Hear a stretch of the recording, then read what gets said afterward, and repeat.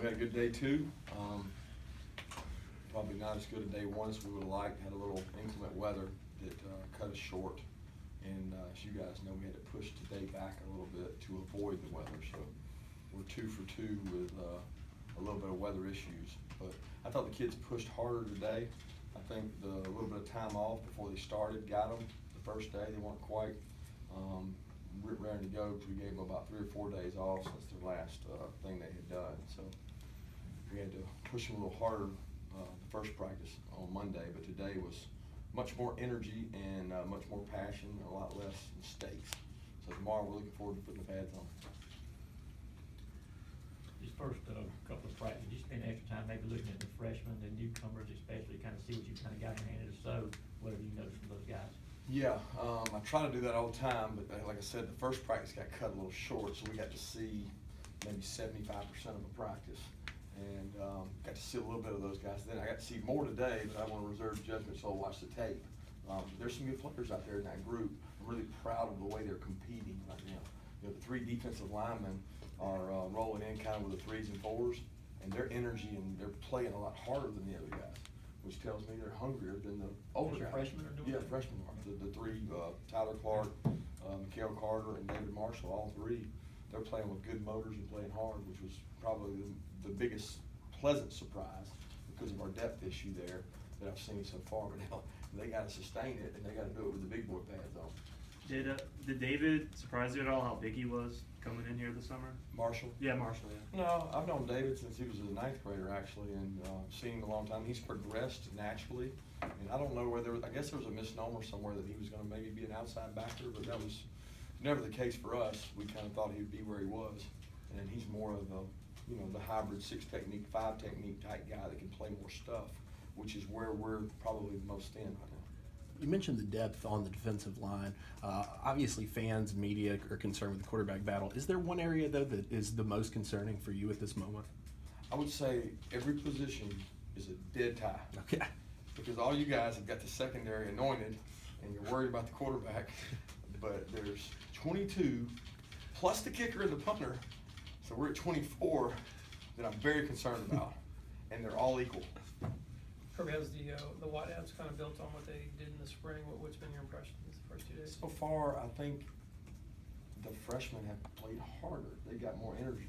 You know, there's some kind of mechanism where a freshman comes in and he has no governor, and he just goes. And you just tell him you want to stay like that. And the players that stay like that are great players. Like, for example, Roquan Smith, he hasn't lost that yet. He just plays as hard as he can every play. And then there's other guys at receiver that don't do that. And if they don't do that, then they won't be able to help us in play because they play with a governor. And I don't want governors. I want you to run out of juice by the end of practice. Give me all you got, and when you run out, I'm good with that. Next time, we'll go a little more. You said Roquan Smith. I'm talking about Roquan Smith doesn't have a governor. He plays linebacker. Oh, yeah, okay. But he plays really fast all the time. Gotcha. Now, speaking of Roquan, how is he physically right now? He's like he's gotten a little bit bigger than what he was. He has gotten a little bit bigger. And, you know, the biggest thing with him is going to be staying healthy for his size. And he's playing fast out there. And that's very pleasing to see. He's taken on a little bit more leadership role, and he's got a lot of ability.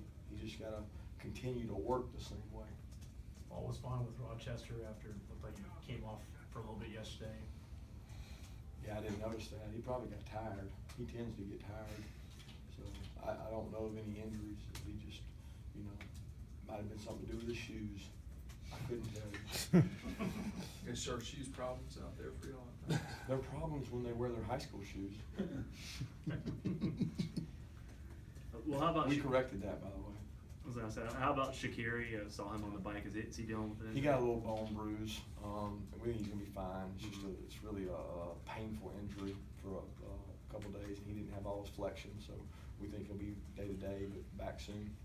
Kirby, Reggie Carter wasn't present while we were out there, and there were a few guys out there that were kind of late. Was that an injury issue or something else? Student athletes. We're student athletes first. They are in the middle of finals, so they're taking finals. Got time for 2 more? Kirby, I don't know if you've gotten this far down the road yet, but Isaiah McKenzie on kick return, punt return, he's such a dynamic talent, but he hasn't always returned punts, didn't return many kicks last couple of years. Have y'all thought about how you're gonna handle him?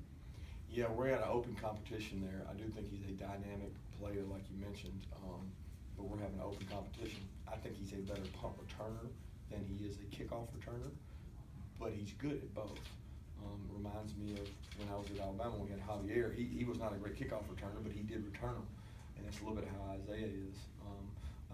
He's taking a lot of ownership and doing things the right way, and the biggest thing with him is he's explosive, but he's got to have ball security, and that's the most critical factor for him to protect the ball.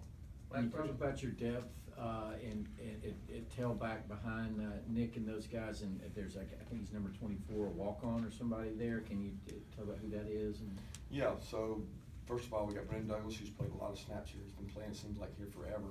Since I've been watching Georgia, he plays a lot. He's very steady, he's very dependable, he does a good job. Tay Crowder's another guy that's competing right there and fighting his tail off. He's done a good job. The two young guys, I'm gonna reserve judgment on those guys, because I don't, Ryan and Elijah, I ain't got to see enough of them to know.